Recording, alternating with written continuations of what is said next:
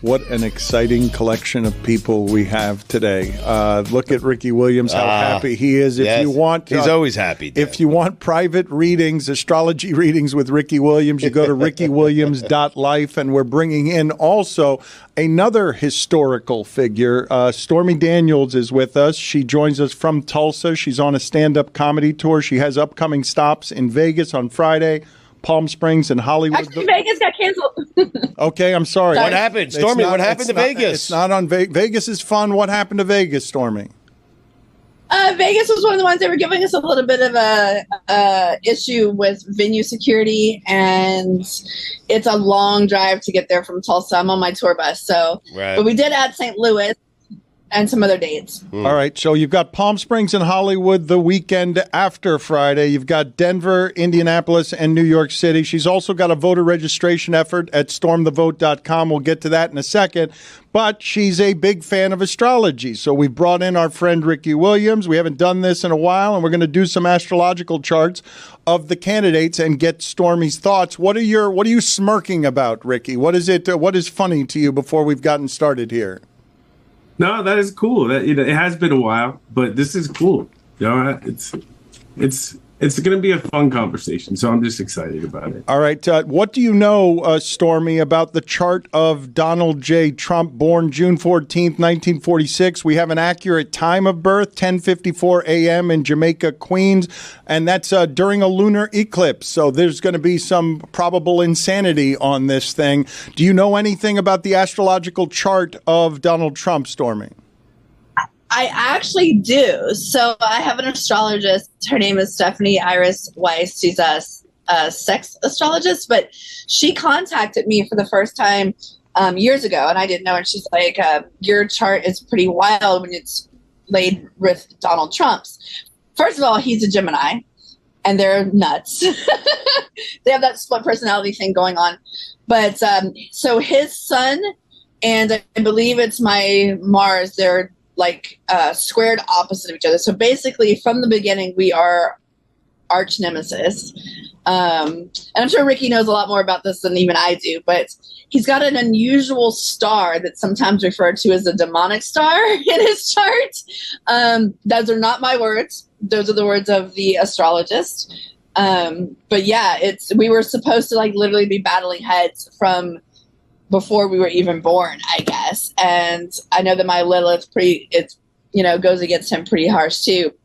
But the other big one is that he has his Pluto, I think, says he has a lot of childhood trauma and abandonment issues, and he doesn't like to be wrong. And I don't think we've ever heard anything more true than that, right? All right. Well, we're going to get the expertise of Ricky Williams here in a second. But Ricky, have you heard of sex astrologist? I have not heard of a sex astrologist before. Yeah, I mean, there's astrologers for everything. Yeah. Okay, so what do you see in Trump's chart that will add some context to what Stormy is saying there? Well, the idea of not liking to be wrong. We no one really likes to, but I think it's more in Trump. There's a need to be right, and I think the downside of the need to be right is you only surround yourself with people who tell you you're right. And often you turn a blind eye to the places where you might be off a little bit. And the other thing inside is Trump was born just before a full moon. And what that means in astrology essentially is that the moon is on one side of the chart and the sun is on the opposite side of the chart. So it creates someone who even more, and it can aggravate the Gemini split personality, because literally you have a need to be right, powerful need to be right, but also Gemini split personalities. But the core of Gemini is really about curiosity, right? And it's the need to be heard. But if you're not curious enough to find out where you're not right, then you need to talk, right? But you just talk crap. And so I think that's what we're seeing with Trump. And the other thing, Trump is a Leo rising, and on the darker side of it, someone who can act like a dictator. And so when you add all those together, you can see what happens. Ricky, that need to be right, is that also on Dan's chart? Another important thing about Trump's Yeah, it is. Oh, thank you. 100%. Thank you. Thank you. 100% Ricky. it is. Thank you. Thank you for clarifying that. Appreciate it. Yeah. Well, there are some similarities. There's obviously differences. You know, a chart doesn't describe a person. It describes the raw materials that a person is built of. And what they do with those raw materials are different. You know, it's like Dan has the need to be right, but I'm a Gemini, right? And part of our friendship, right, is our debates back and forth where I try to get him to see a different perspective. And sometimes it works, right? Sometimes it doesn't. Donald Trump. Yeah, he was whispering that in my ear. Donald Trump. The demonic symbol that Stormy Daniels is bringing up. What is that, Ricky, that she's talking about there? I'm not exactly sure. You know, the sex astrologers and the different specific types of astrologers, they use specific types of tools. What I can say about Trump's chart is he was born with the sun on an eclipse, but the sun was right next to the planet Uranus. And Uranus is the planet of breaking the rules, you know, and there's a positive side of breaking the rules. There's a negative side of breaking the rules. And I'll leave it at that. Stormy, you were saying? I found it because I just texted her and asked her what it's called, and I don't know all the stars to be like not the big ones, but it's called the Algol, Algol. Are you familiar with that one? No, I don't use fixed stars, but I don't know. That's what she's telling me.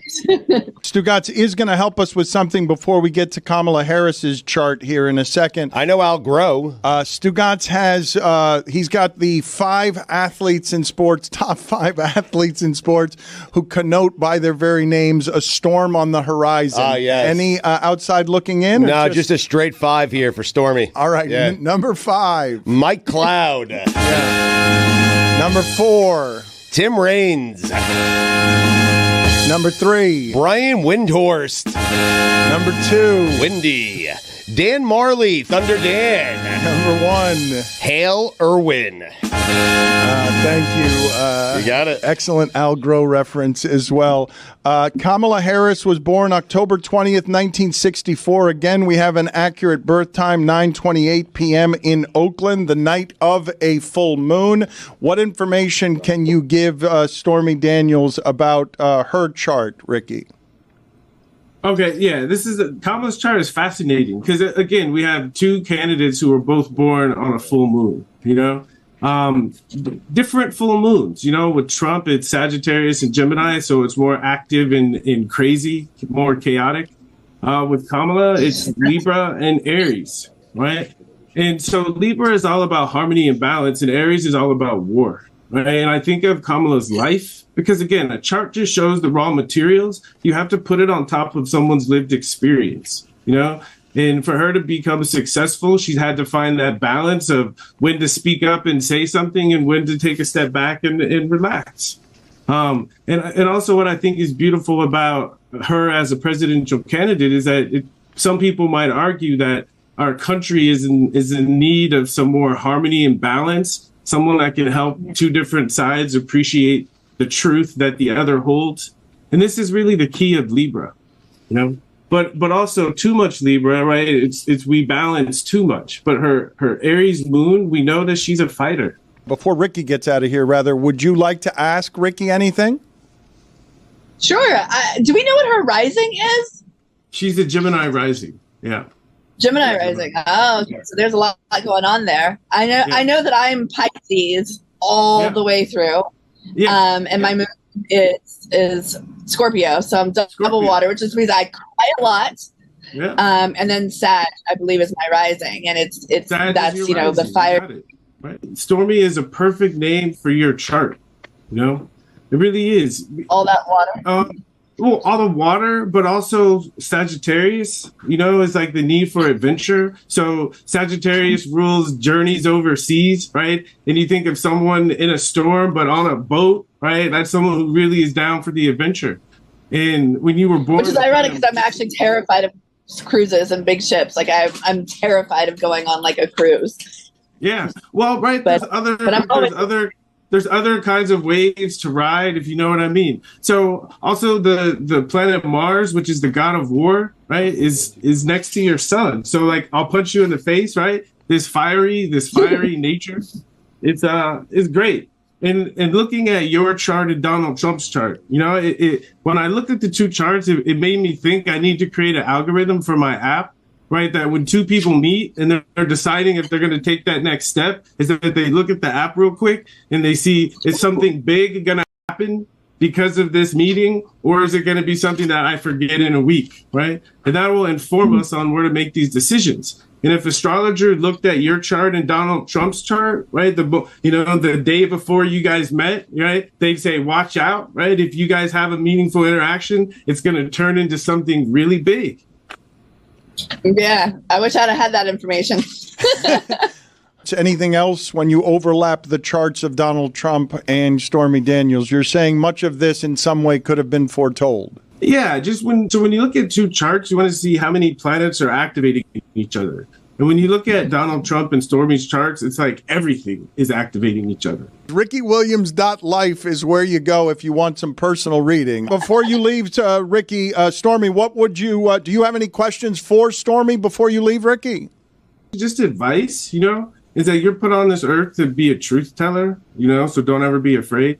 Thank you, Ricky. Thank you. Good advice. Yeah. Good advice. Words to live by. Thank you. Stugotz, that's endorsed by Stugotz, a serial liar. RickyWilliams.life is where you go. Thank you, Ricky. We appreciate it. Before you go, though, Stormy, the transition into stand-up comedy, and when you say you're someone who cries a lot, I imagine much of what you've been through has been the ordeal of a lifetime. That's an understatement. Probably the ordeal of many lifetimes. I don't know who I pissed off in a past life, but it must have been some sort of emperor or something, because this is insane. But like I said, it's life hands you oranges, and I've made orange juice. Well said. You're on a tour bus and a comedy tour. Like, explain to me how that journey happened.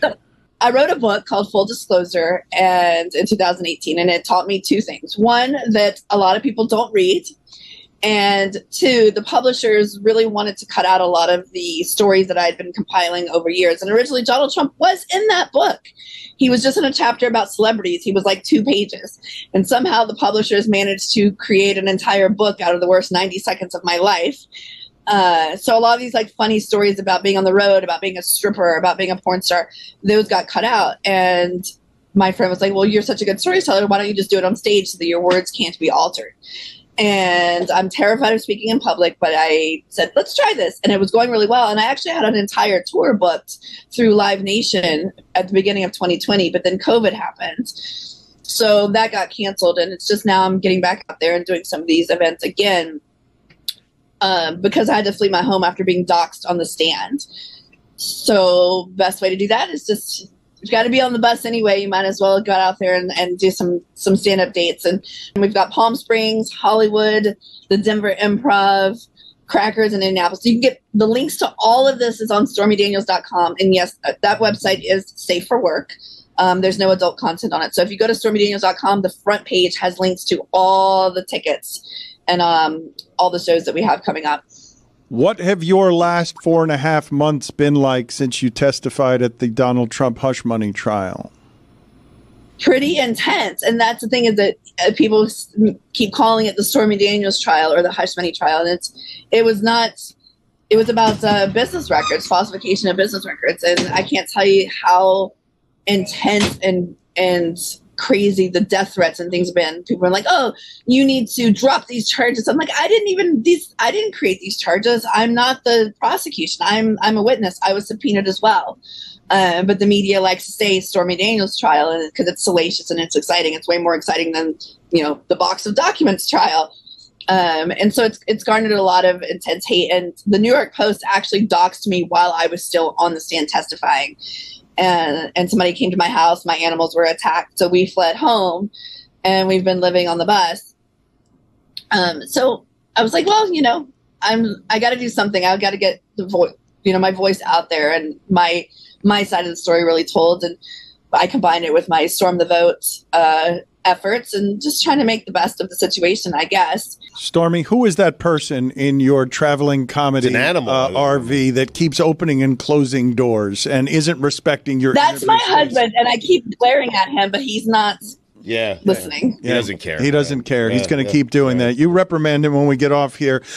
Which of your recollections, when you think back 18 years ago to the celebrity golf tournament in Lake Tahoe, strikes you as the most bizarre? Oh my goodness. I mean, besides the obvious, besides Tony Romo? when I came out of that house to find Donald Trump doing his best Burt Reynolds impression in his underwear. The whole thing was pretty severe. And I also, trust me, the irony and the hilarity of the fact that I was there with an adult film company and they were sponsoring a hole is not lost on me. I was thinking that perhaps the magazine he handed you with himself on the cover, like that was, I thought that was pretty amazing. That detail was pretty amazing. But you, obviously, you're more qualified here than I am. Slightly. You know what? And the fact that I did snoop through his toiletries on the bathroom counter, and I think that a man of that, that amount of money and stuff would buy products better than Old Spice and Pert Plus, but it also kind of sums up him in general, right? I got to tell you, I love Old Spice. I mean, I do. It's fantastic. But generally, I'm with you on Pert. Yes, generally though, when it comes to billionaires, it's generally not Old Spice. Stormy, before I let you go on this note, can you tell me, because many people who go through very difficult things and grow through the pain of those things don't regret having done those things. So if I give you a do-over, what do you do differently, if anything at all? If I could do something over, I would not have gone to the room. Everything that happened to me after that was not my fault. I have maintained that I was not attacked or part of the Me Too thing, but that's only because I didn't say no. I just froze. And then my choice to speak out and to keep fighting and to go to court and testify, which was one of the most horrific and terrifying things I've ever done. It's very intimidating, and all the death threats and the things that I've lost, the time I've lost with my daughter, the amount of money that it has cost, and and the stigma that is placed on me and my friends and family. If I would still do all of that over because I spoke the truth and I stood up, and it's something I want my daughter to be proud of. But if I could go even further back, I would have said absolutely not to being invited to that hotel room.